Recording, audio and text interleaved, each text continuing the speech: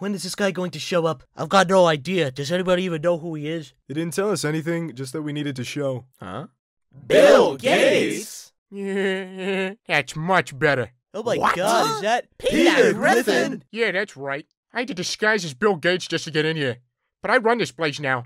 If I start a business, we need a new Minecraft game. Anybody got any ideas? A card game. a battle royale? Some kind of puzzle? What about an ARG? Maybe a platformer? No, no, no, no, no! We need something unique, something to stand out. The community has been on our ass for months. What if instead of making spin-offs for games separately, we make one big game that's a spin-off for all of them? What? No, that's horrible. Wait, that's actually genius. It's low effort, saves us money, and the people will love it. We'll call it Fable of Halo, Gears of Empires, Crafting Flight Simulator World. And call it that they did. The game was quickly developed and released a month later, and that marked the day that Microsoft declared bankruptcy. So many times do I see a film that is well to moderately performing, and then suddenly the studio goes, oh, let's just make a sequel, and nobody remembers that it even existed. You got things like The Boss Baby, Lego Movie, American Psycho, Pacific Rim, Independence Day, and don't even get me started on Jaws. And it's funny because these companies try to make sequels also just to appease their investors, but what they really end up doing is making them angry because they have a flop of a movie and all the shareholders just dip. And of course, with the release of Megamind 2's trailer and the announcement of Shrek 5, I figured that I may as well jump on the bandwagon of talking about sequels and why they're actually a bad idea. The upcoming Mega Mid movie is hot garbage. The original Megamind came out almost 14 years ago. That's 14 years, that's crazy. MatPat was like starting his channel almost, and Megamind came out. And it's funny because it didn't really get that much appreciation until recently, in the past few years, because of all the memes and everything. But the movie is excellent. Megamind completely says screw you to the classic tropes of superhero-villain relationships, and it creates this scenario, almost a what if, where the superhero just doesn't care. And to be fair, I would be in the exact same situation if I was a superhero, because after a while, you know, you save the world a few times, you just get bored of it, right? And you just want to do your thing. And actually, a while before Megamind came out, there was this excellent movie featuring the funny Slapman called Hancock, which was also a very similar concept, where you have a superhero, or at least a person with powers, who just doesn't care. And he's living like a garbage lifestyle because why should he care? And of course, Megamind is credited with predicting the concept of nice guys, and that is ridiculous to think about. Like, this movie has had an amazing impact on society as a whole. I can't use society unironically at this point. On society as a whole, and it's amazing. So everyone loves Megamind, right? You got the memes. So, you're the punk I've heard about.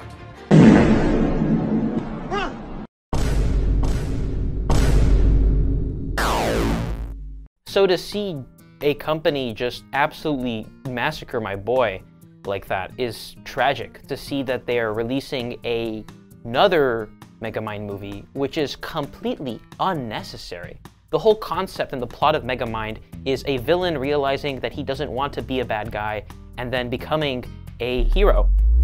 End of story, congratulations. And now suddenly in the new trailer for Megamind 2, or Megamind and the Doom Syndicate as it's called, which by the way is a horrible name, it's like, oh, Megamind had these old villain pals and now they're back, but they don't know that he's a hero. When? These were, okay, like fine, I get it. They were never mentioned in the initial movie, of course, right? Because you needed to come up with a sequel, but you weren't planning for that.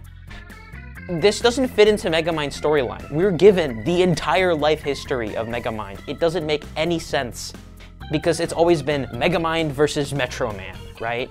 And so there's no reason to put these villains in here. Also, their character design is horrible. Like, it is some Disney XD or like Toys R Us toy level modeling. Like, what the heck is going on here? A lot of animation errors were put in the trailer, which concerns me because usually the trailer is designed to put your best foot forward, right? Showing the best parts of what you've done so far. And when you have tennis balls that don't even load in, they just appear, like Goku, it's just, wow. It's so sad. And they didn't even get the original voice actors in this thing, so like, why even bother? They don't sound like Megamind. They're trying, to their credit, but like, it's never gonna be the same thing. And so why? It's obvious. Money, right? I mean, that shouldn't shock anybody. Wow, a company wants to make profits, so it goes and takes a pre-existing franchise and then builds upon it. And there's times when companies do that, they build upon it and it's good. And then sometimes they keep going and go too far. I remember an excellent example is Illumination. Their early movies were really good, and then they realized, wait, we can just keep making Minions movies and stop trying. And it's sad, but that's how it works. So I think the big question I want to know is, why Megamind? Like, are you just under the impression that people would really want a sequel? Which we would, but not this. Is this pulling another Morbius, where people think, oh wow, they're memeing about it, therefore it's a good movie? Megamind is a good movie. Morbius is mid at best. Megamind had a wonderful conclusion. There's no reason to build upon it. And we're gonna talk more about that later in the video, you'll see. Oh yeah, and they're also doing the classic DreamWorks style thing where they take a decent franchise and then make a show out of it, which they did with How to Train Your Dragon, which was alright, and Shrek, which was also alright. But I think what you realize is the show typically has lower animation quality than the movie, which is fine, right? I mean, you have more production necessary, right? You're making multiple episodes and not just like a 1-2 hour thing. So you put less effort into that, and that's fine. I mean, I get that. But what scares me is if the movie is already this bad, what is the show going to look like? Are we going to get like Gmod animations? You know what else is a really popular franchise that was actually expanded upon and was a horrible dumpster fire? What I'm talking about is Minecraft. You know, the funny block game that everyone loved, or maybe still loves, although if you watch modern Minecraft YouTube slop content, what is wrong with you? Like, no, actually, what is wrong with you?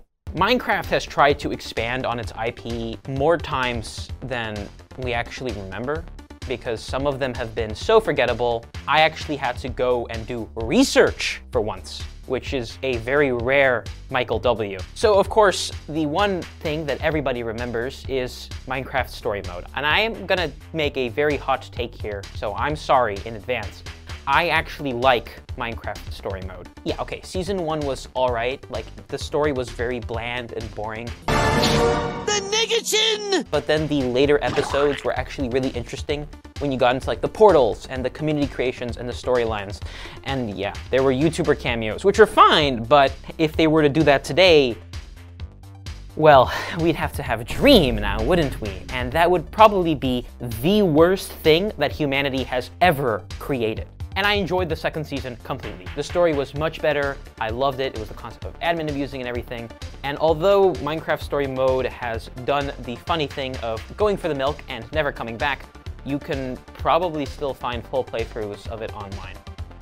Some things that I would comment about it, some very emotional events were just like bad. Like when they attempt humor, it's not funny, but then when they don't, it's somehow funny. No! You turned into a pork chop.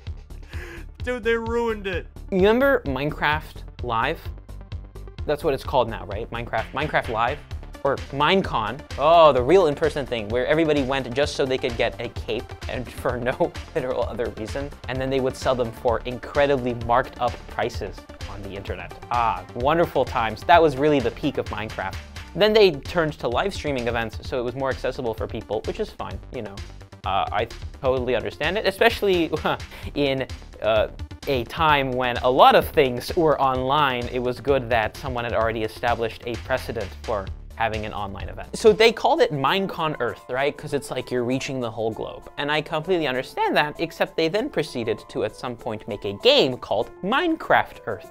And I am literally confusing myself reading my script because sometimes it's Minecraft, sometimes it's Minecon. Because now it's not Minecon Live, it's Minecraft Live. Also, you're telling me that you were so bad at coming up with unique names that you literally had to rename your only event because of an app that did bad because it's just, oh, let's try to bring back Pokemon Go.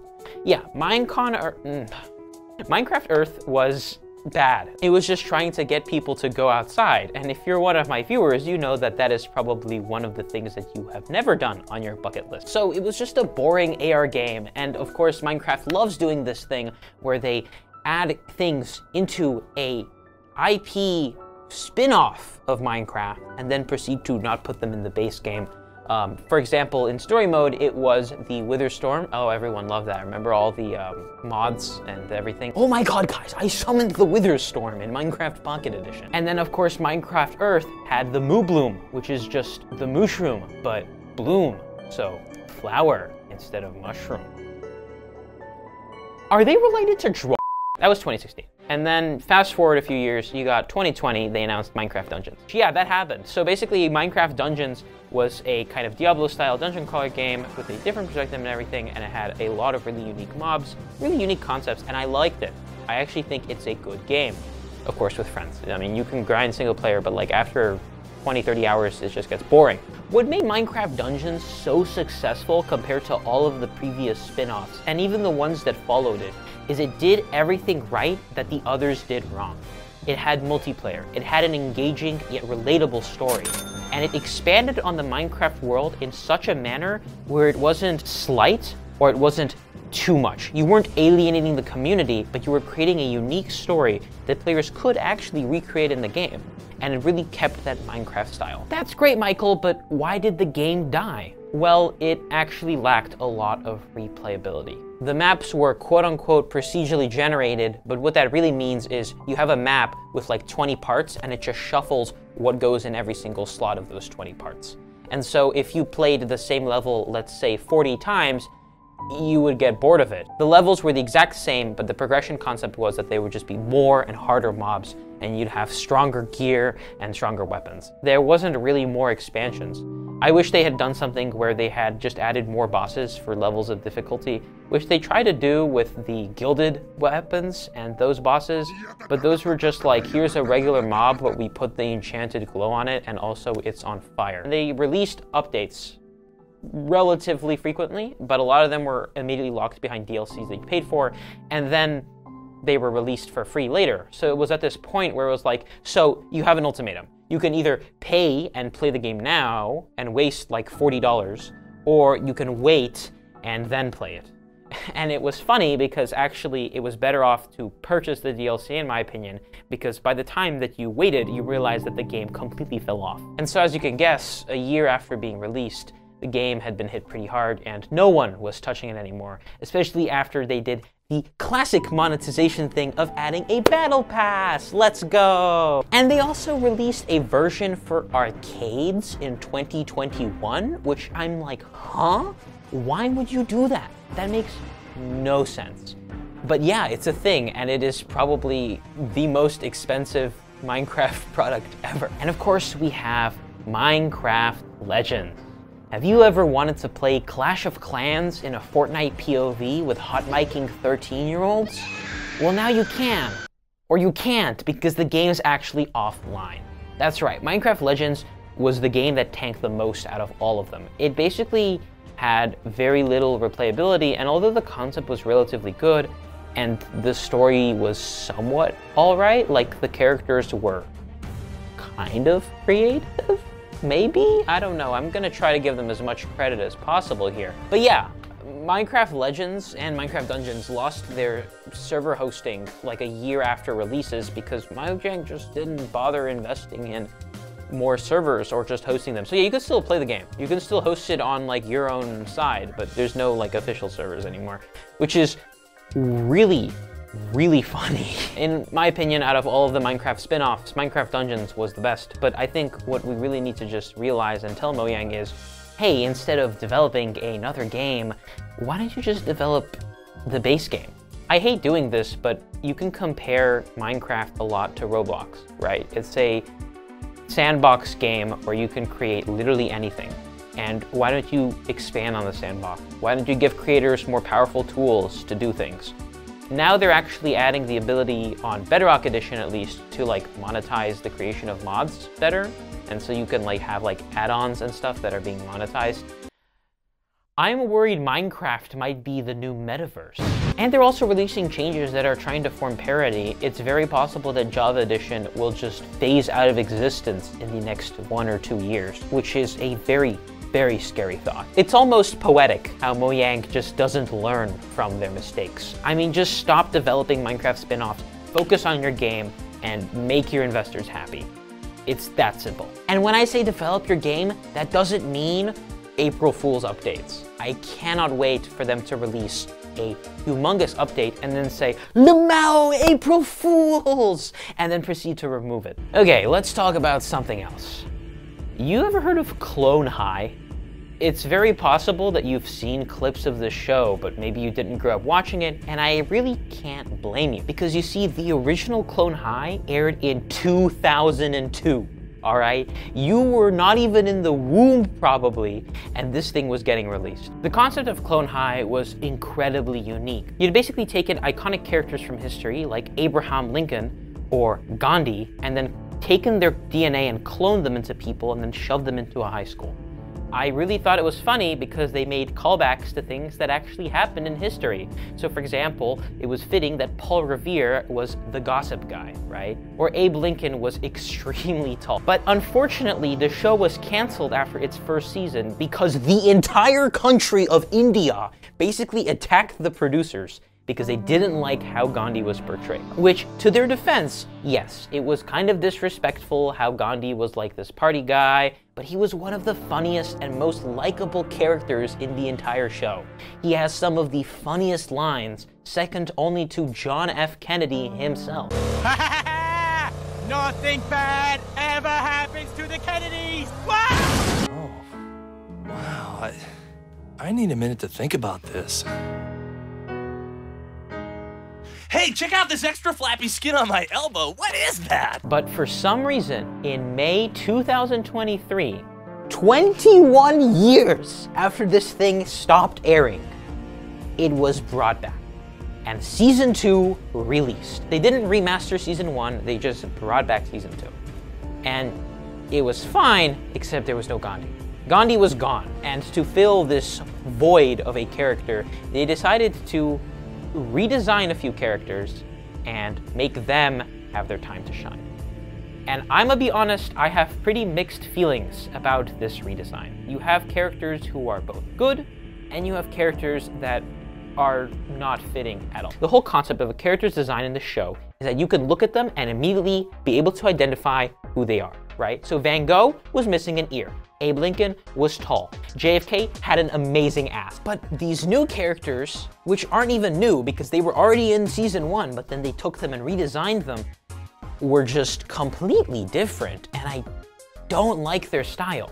You've got Harriet Tubman, who initially looked something like this, but then was redesigned to what the Google people look like. You know those like corporate ad designs where it's like the huge people that are like weird caricatures? Yeah. Do you look at this and you're like, ah yes, this is Harriet Tubman, the leader of the Underground Railroad, in all of her pink hair glory. I have nothing wrong with this character design. I think she's actually a really well-designed character, but the one problem I have with it is Harriet Tubman. You could have just come up with a new character that maybe wasn't a historic person, and then just implemented that. Like, look, the new superintendent, right? She's actually all right and pretty funny. And that's fine, but I think the issue here is you're trying to modernize a show that isn't modernized, which is entirely on you. You did not have to bring back a 21-year-old show where you know that most of the jokes would not be able to air today. Be careful with that nail gun, Jesus. You've also got characters like Frida Kahlo, who is alright, and Confucius, who looks nothing like Confucius, but alright, they have their own times to shine, and I'm not gonna complain about that. But then you have one of my favorite characters that they have added, Topher Bus. Who's Topher Bus? Christopher Columbus, which is really funny because Christopher Columbus is actually canceled, right? You've got Columbus Day that then evolved to Indigenous Peoples Day because as it turns out, Christopher Columbus was not that nice of a person and he actually didn't discover the Americas. That's just wrong. So it's fitting that they take someone who has been canceled and then turn them into a literal incel, and he is so funny. He is not a comedian, he's a clown, but the design, whoever wrote his character knows the target audience very well. I'm not even going to elaborate on this, I'm just going to show you a clip. Look at this. What?